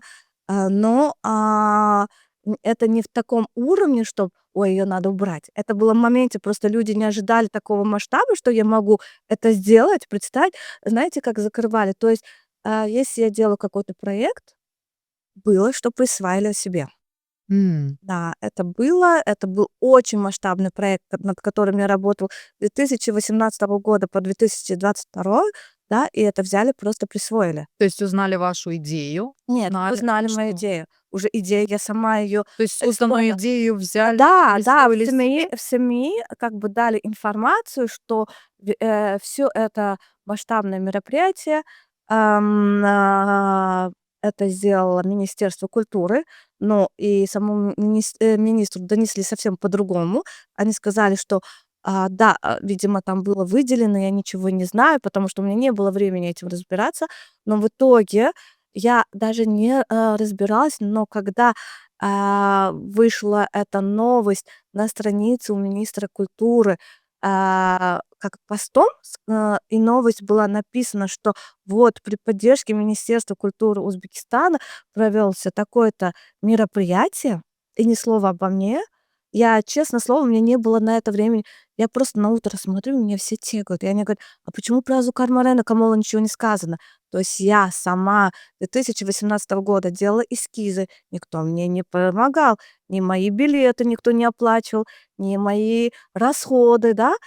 Я делала вот эти эскизы, отшивала в своем маленьком ателье, а, когда у меня были портнихи с портнихами, когда я была одна во время пандемии, одна. То есть 5 лет я над этим работала. Мне не было времени об этом рассказывать. Потом испанцы, они все говорили: "Ты пока все не выставляй, это же как сюрпризом должно выйти".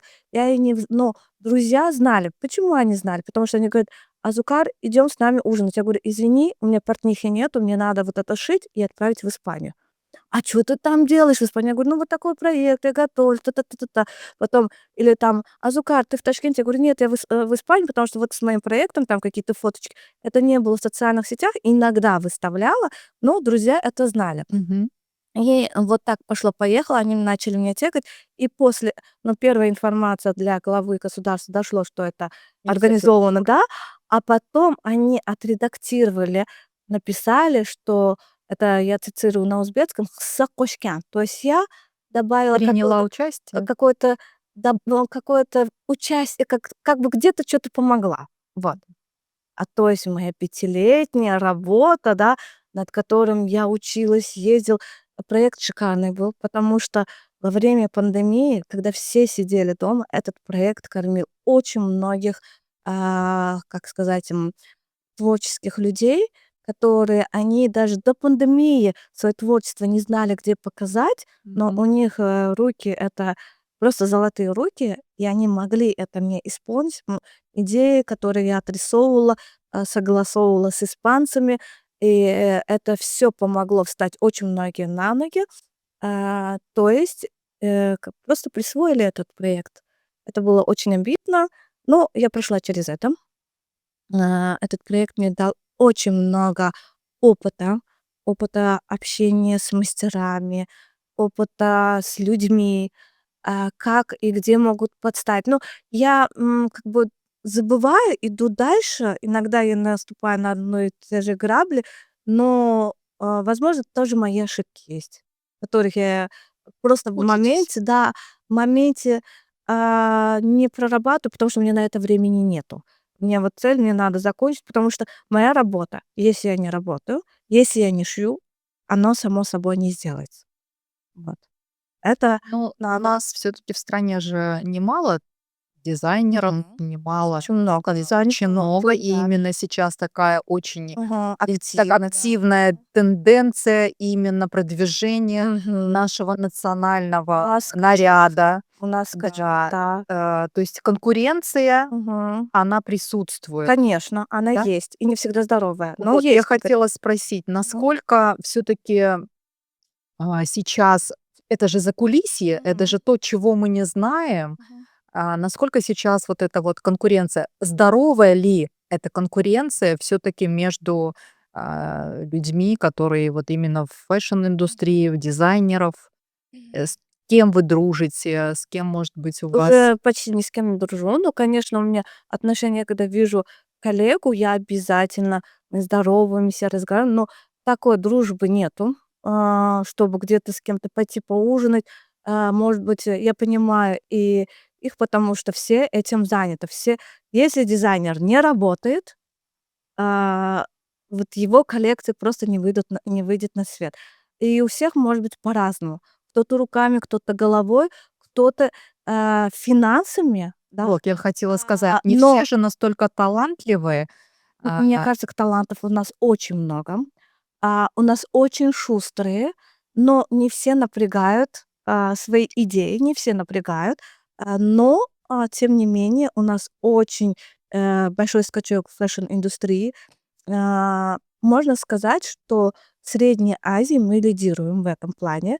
Даже когда я была в Алмате, у меня были студентки-помощницы, они сказали: "Вот мы заканчиваем наш университет, и мы хотим магистратуру закончить, в Узбекистане. Мы не хотим". Уже у них нет вот Алмата, Таджикистан, Кыргызстан.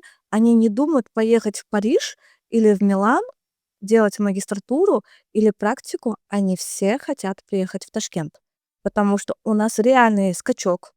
У нас, видимо, вот, даже недавно вот одна из моих коллег, Шахзода Мухамедова, выставила, как она была у меня на показе, она рассказала, конкуренция, она должна быть, чтобы у нас была здоровой, мотивация. Да, но она но не она должна быть да, здоровой, она должна быть здоровой. без подстав, Да. без Мгм. каких-то интриг. Но, видимо, у нас люди, чтобы некоторые, не все, у нас очень достойные дизайнеры, которые, я не скажу, что я вдохновляюсь, но я восхищаюсь. С Вот. большим уважением. Да, м, конечно, с большим уважением.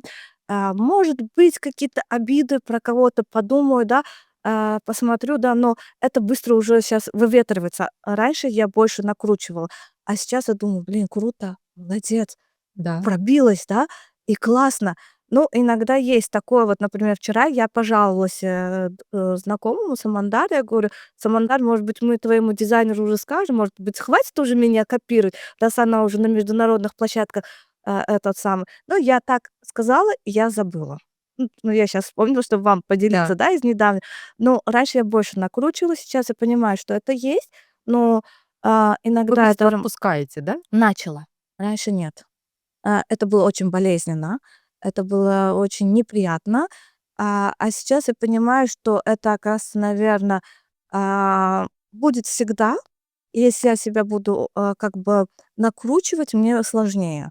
Вот, и все. Я просто посмотрю, я вспыльчивая в момент там и все. Наверно, мне и так надо вот это вытащить из Вывести. да, прожить это, вот, и все идти дальше.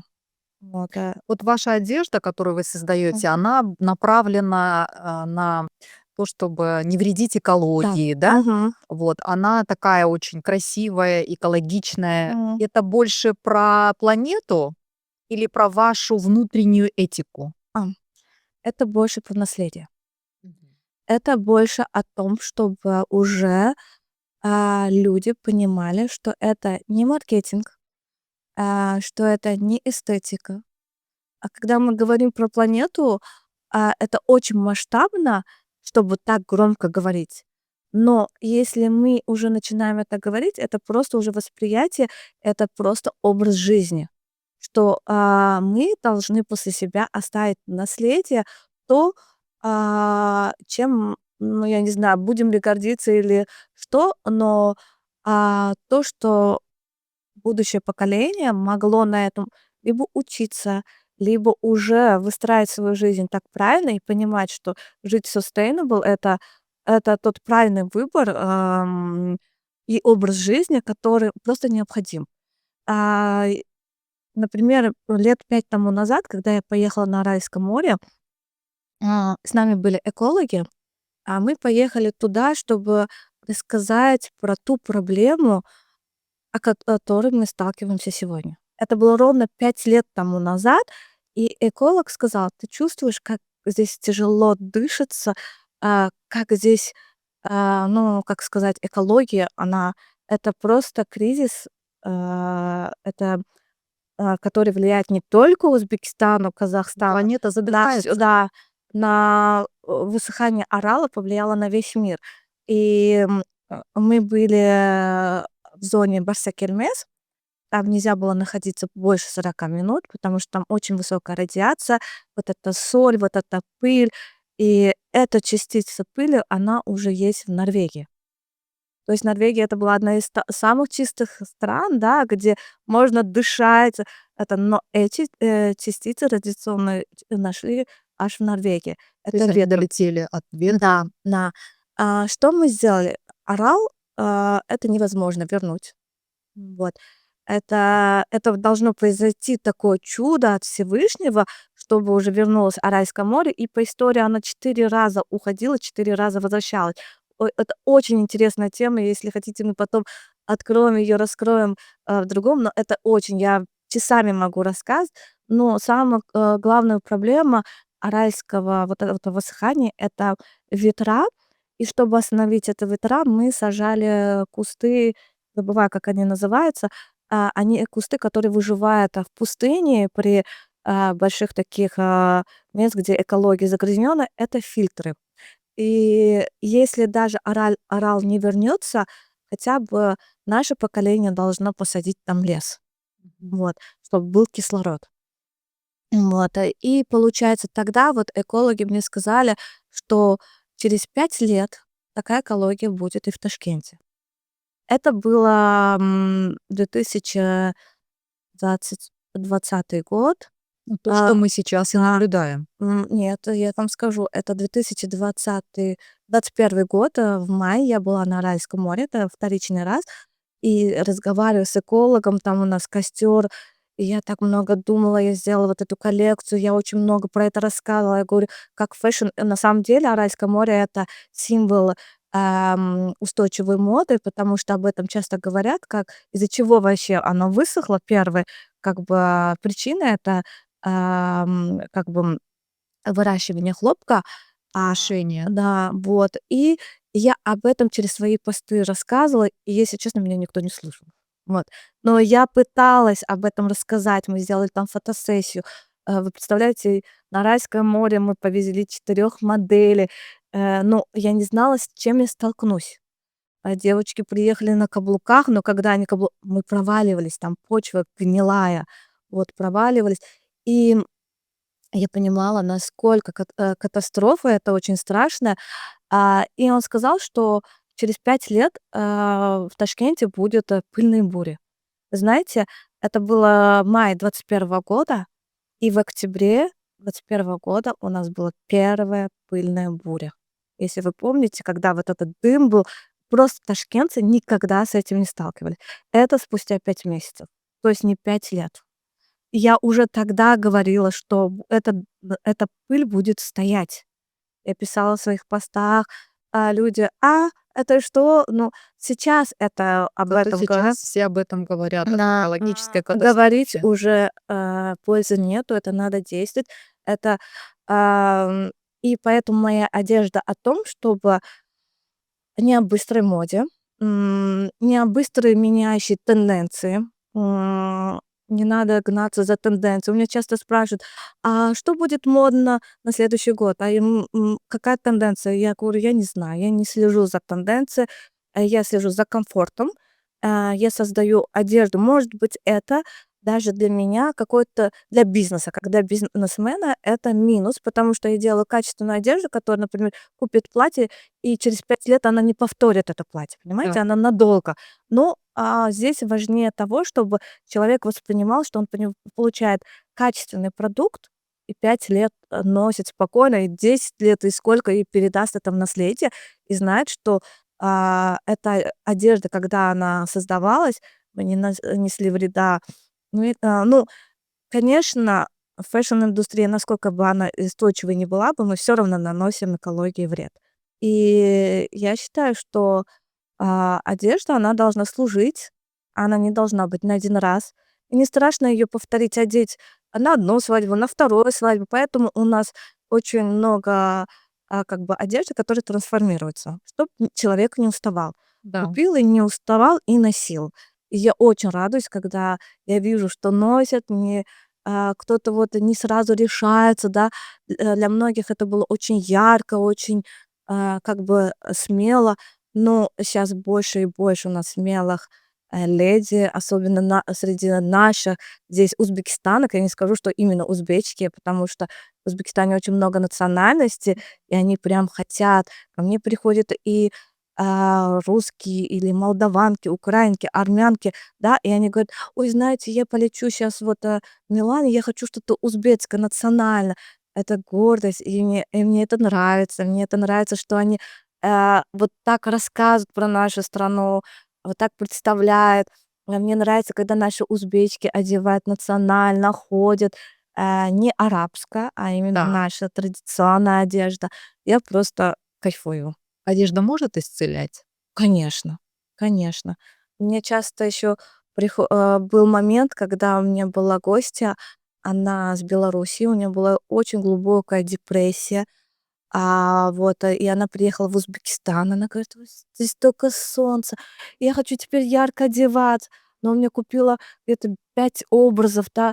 Мы сидели, и вот она мне очень долго писала, рассказывала. Вот я одеваю, я не жду какого-то повода.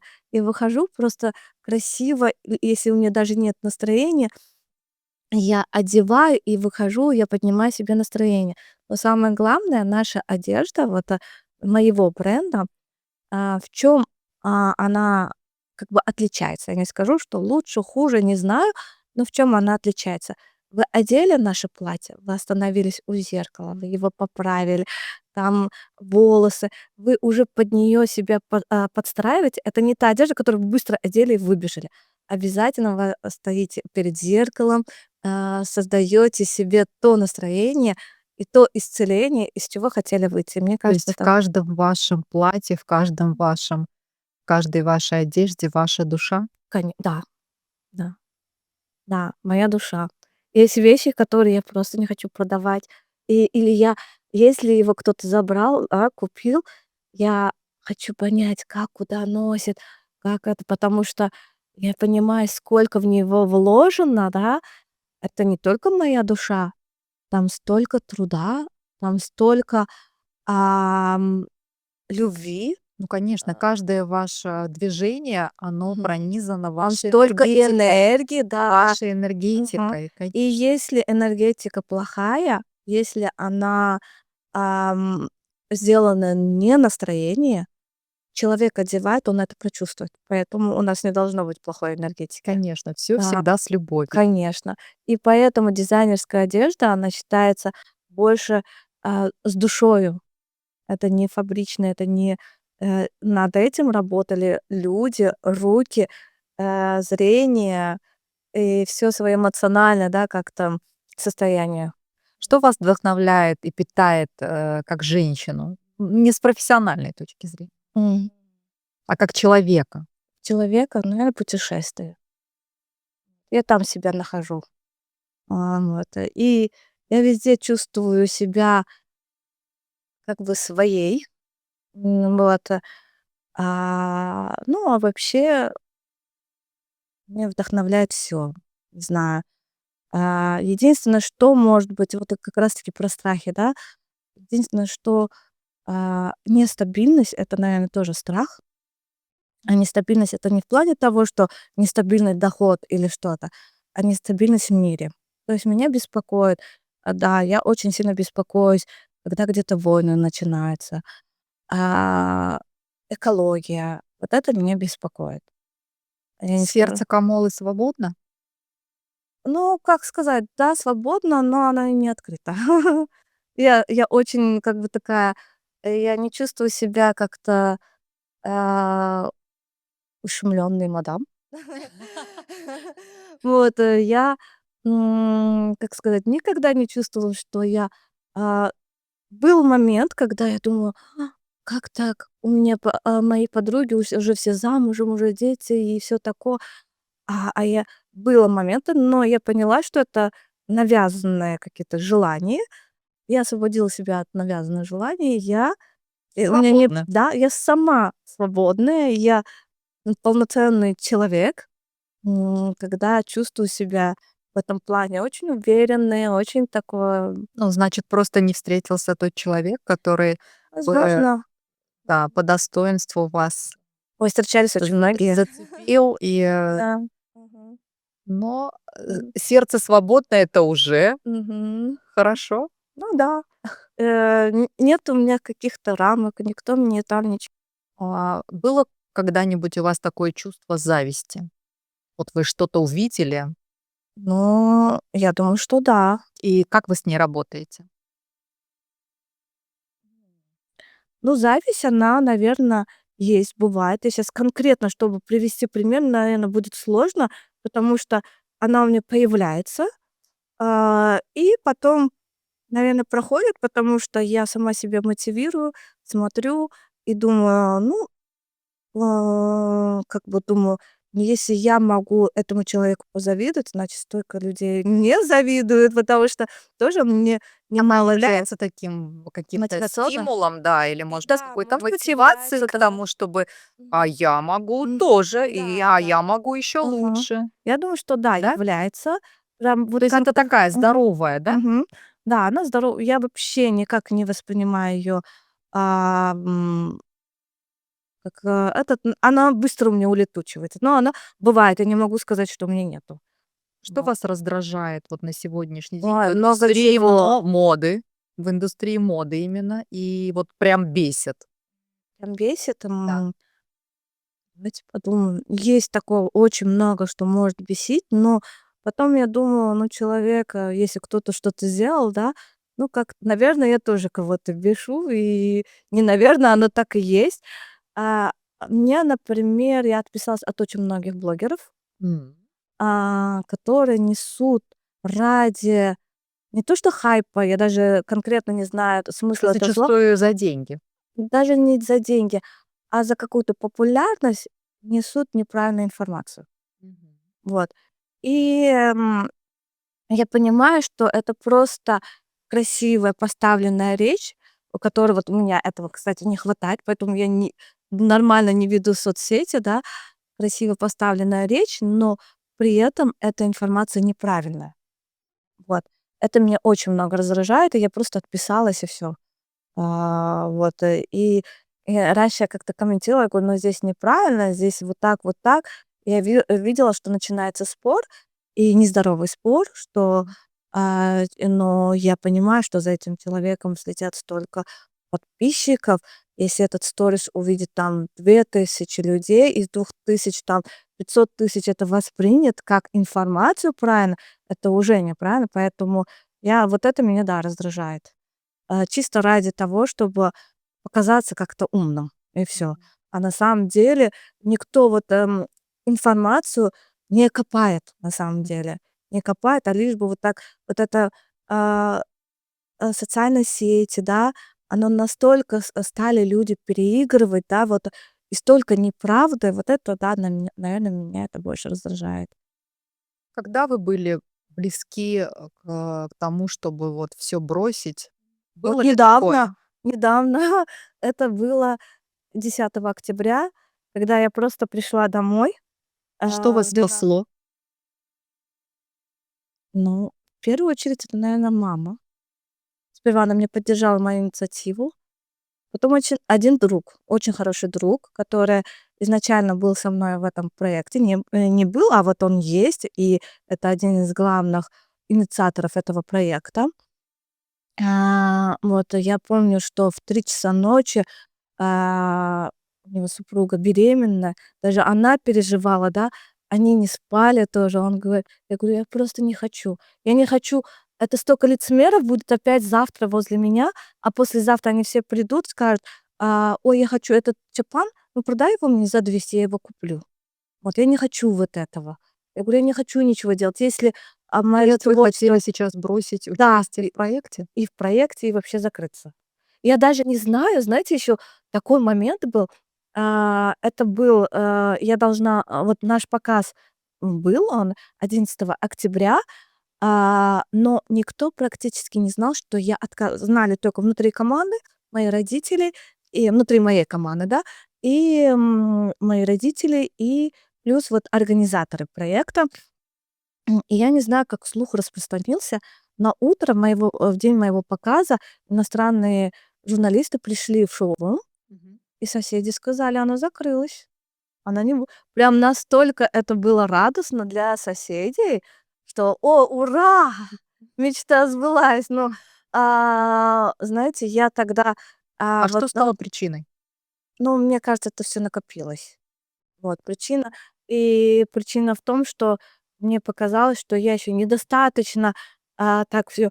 И я говорю, я знаю, что почему я выступаю как, а, единственным дизайнером в этом проекте. Но, изначально вообще итальянцы, я не знаю, вы видели, да, "Альтамода" проект? Итальянцы приехали в Узбекистан, Да. они именно меня и выбрали. И вот были у нас в шоуруме 2-3 дня, вот это, встречи проводились. Я не думала, что этот проект вообще произойдет, но здесь организаторы, ребята так схватились, так, конечно, красиво организовали, очень красивый проект. Но никто, даже я, когда было сомнение, что он реализуется, потому что был очень короткий срок, и, финансовая сторона именно проекта, чтобы вот организационная оплата вот этих всех помещений, оно, окей, пришло за 2 недели до показа. Вот, но тем Очень не менее маленькие очень маленький сроки. срок, да. И, видимо, у меня вот это тоже напряжение было, что а вдруг я подведу, а вдруг я не достаточно, хороша, что представлять Узбекистан среди итальянских дизайнеров. Сейчас итальянские дизайнеры приедут, они такие, у них шикарные коллекции. Это были, вот многие мне там говорят: "Ой, мы посмотрели, зашли в "Инстаграм" вот этих дизайнеров, они такие непопулярные, а в Европе они не за популярность. У них нету времени сидеть, рассказывать что-то. Они работают руками. Они, я когда была в их мастерской, у них там так и всё так красиво, они так на это такое вдохновение, с таким вдохновением приехала после этого. Я говорю: "Вы на "Инстаграм" не смотрите, вы увидите это в реальности. Это будет очень красиво". А есть какая-то такая безумная идея, Мгм. да, которую вы очень хотите, воплотить, Мгм. но пока боитесь ее реализовать? Не, я и никогда не боюсь реализовать идеи. Мгм. У меня всегда безумные идеи есть, но я больше сейчас реалистичный человек. Просто меня так тык-тык-тык-тык-тык вниз М. спустили, реалистичный, и я безумные идеи адаптирую более на жизнь. И, как сказать, идея, кстати, сейчас у меня крутая есть, я очень хочу ее воплотить. В апреле месяце, наверное, все ее увидят. Вот, Круто. да, так что я думаю, что вы тоже будете свидетелями этого. Но т Будем как в этом рады быть иншаллах. свидетелями. Вот, А если бы у вас, представляете, вот такой момент, что у вас есть бюджет мгм. без ограничений? Не могу этого представить. Представьте, что у вас бюджет Мгм. без ограничений. Что бы вы создали? Вот знаете, часто об этом думаю. Вот нет Так. у меня такого. Наверно, у меня и есть бюджет без ограничений. У меня, знаете, у меня есть очень такой спонсор, можно М. сказать. И почему я до сих пор держусь на плаву? Мой спонсор, моя сила — это Всевышний. И я думаю, что у меня есть бюджет без ограничений. Но я всегда такой, наверно, человек, который ну, есть свои страхи, которые я М. еще до глубины не дошла. Ставлю какие-то рамки, что в рамки приличия и всё такое. Поэтому вот такое прям сказку, бюджет, без ограничений я никогда не могу представить. и больше так, реалистично. Идей очень много, и ко всему я сейчас стараюсь, не торопясь, идти и, наверное, приду к этим идеям, при такой вере, при таком спонсоре, при такой, поддержке Всевышнего. Я очень верующий человек, и пока вот рядом со мной мои близкие, у меня это и есть мой бюджет без ограничений. Но я имела в виду, что бы вы сделали, какой бы Мгм. это был проект, Много чего в голове есть. да? Да, а, Значит, мы это скоро увидим. ну, наверно, думаю, что да. Вообще. 3 вещи, которые делают вас счастливой. Вот прямо сейчас. Прямо сейчас, знаете, я утром проснулась, позавтракала с мамой, а, вышла на улицу. Вышла на улицу, встретила двоюродного брата со своими детьми, дошла до вас, с М, вами общаюсь. Мне кажется, вот, мне 3 вещи, вот это, знаете, чувство стабильности, спокойствия — это делает счастливыми, любого человека, да. И опять-таки это не стабильность, там вот в каком-то плане, что вот я знаю, что вот мой бренд, он стабильный. Нет, мой бренд, он такой качели, как я сама. Вот, но, то, что я думаю, что я живу, каждый день вижу маму, папу.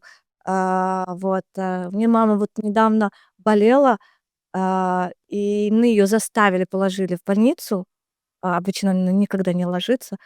Дом так опустел. Это так страшно, это так неприятно. Заболела я сразу. да, Вот. конечно. И неосознанно. Я не ходила на работу.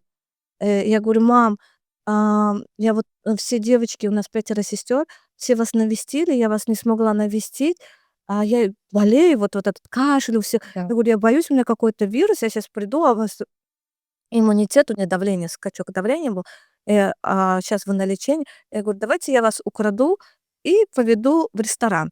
Я вечером её тихо украла, мы поехали. Вот еду с ней на такси, мы уже там болтаем, столько накопилось, да. Пришли в ресторан, поужинали, и она такая сидит. Я говорю: "Мам, что делаем? Такси? А вы сами, я вас вызову или мне с вами поехать?" Она говорит: "Я не поеду, я хочу домой". Я её такая: "Мам, меня девочки убьют, да, сёстры убьют, это как?" Она говорит: "Нет, я не хочу". Она тоже такая капризулька.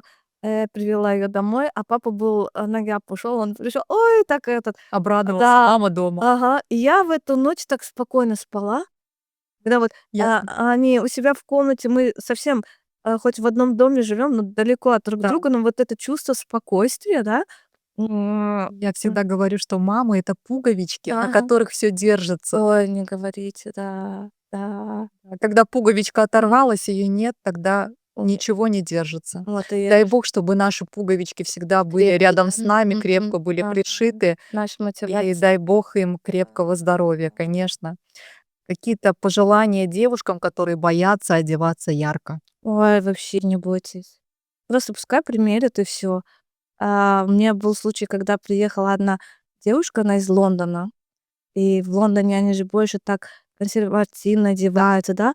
И она увидела одно платье, которое я выставила на манекене. Она говорит: "Можно я за ним заеду? Оно в наличии?" Я говорю: "Да". Ну, так получилось. Это в самом начале, когда я только открылась. Она, всё мне пишет: "Ой, я не успеваю, ой, я не успеваю". И она хотела в час приехать, потом на 2, но она на короткое время приехала, и она пришла, и платье продалось. А она так смотрит, а у меня там ханатласное платье, там она говорит, она так расстроилась. Я говорю: "Ну, давайте я вас просто сфотографирую, вы оденете". Хотя я так хотела её настроение поднять, потому что, я не могла снять, с продажи, я не знала, придёт ли она, но её Да. быстро забрали, это платье. И в итоге она купила 5 самых ярких платьев. 5. И она до сих пор в Лондоне носит, показывает. И мне кажется, что вообще просто надо попробовать, ощутить себя, и не надо ждать повода, а думать: "А куда мне?" Хотя я сама вот так в чёрном, да, но у меня всегда ярко есть, в гардеробе. Мне кажется, что просто проснулась с хорошим настроением, да, вот, пошла попить кофе куда-то в кофейне, да, одела яркое платье, да, и вам сделают комплимент. Да.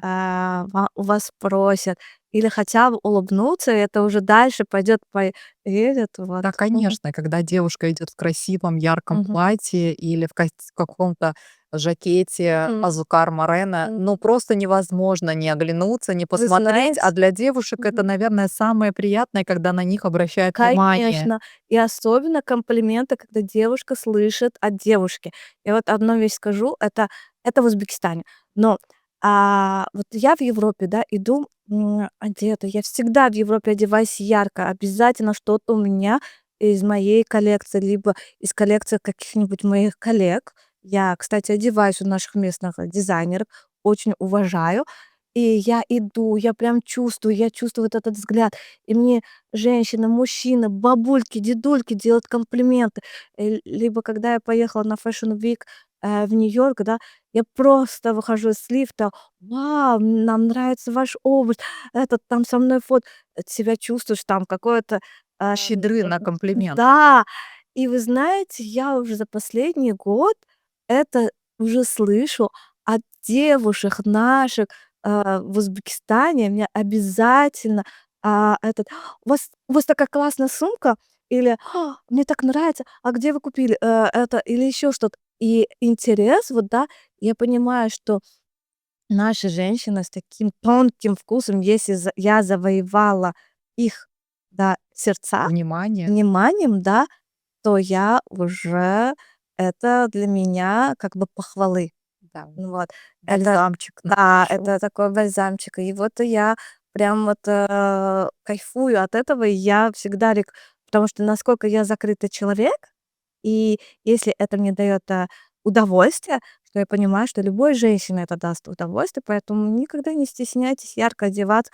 Но если даже, не любят, есть девушки, которые одеваются в черный. Очень люблю черный цвет, да, но ничего, сумочка может быть яркая, желтый Конечно, какой-то такси, аксессуар, да, шарф. шарфик, да, обувь, либо, знаете, если, не есть, у нас, у каждой женщины, когда она даже просто в черном, даже без аксессуара, но есть вот это внутреннее что-то, энергетика, то она это притягивает, а потом она уже делает шаг и говорит: "Ой, я устала от черного, я хочу вот, что-то такое". И приходит ко мне очень много женщин, которые говорят: "Вот как? А потом куда?" Я говорю: "Не думайте, куда". Это я не говорю, чтобы продать, а про ваше состояние, Да. про то, чтобы они могут уйти. Всегда надо думать, потому что мы не заставляем нашу вещь покупать. Это надо осознанно к этому прийти, чтобы его потом носить с удовольствием. Уже когда у меня пару раз купили, девушки, и они возвращаются, я уже говорю: "Ой, бери это, не думай", да, могу так сказать. А когда первый раз, я говорю: "Подумайте", да, и человек думает, приходит уже осознанно, и он понимает, и потом он всегда возвращается. Спасибо вам большое. Это Всего был откровенный, такой говорю. глубокий, Мгм. душевный разговор. Спасибо вам, что пригласили.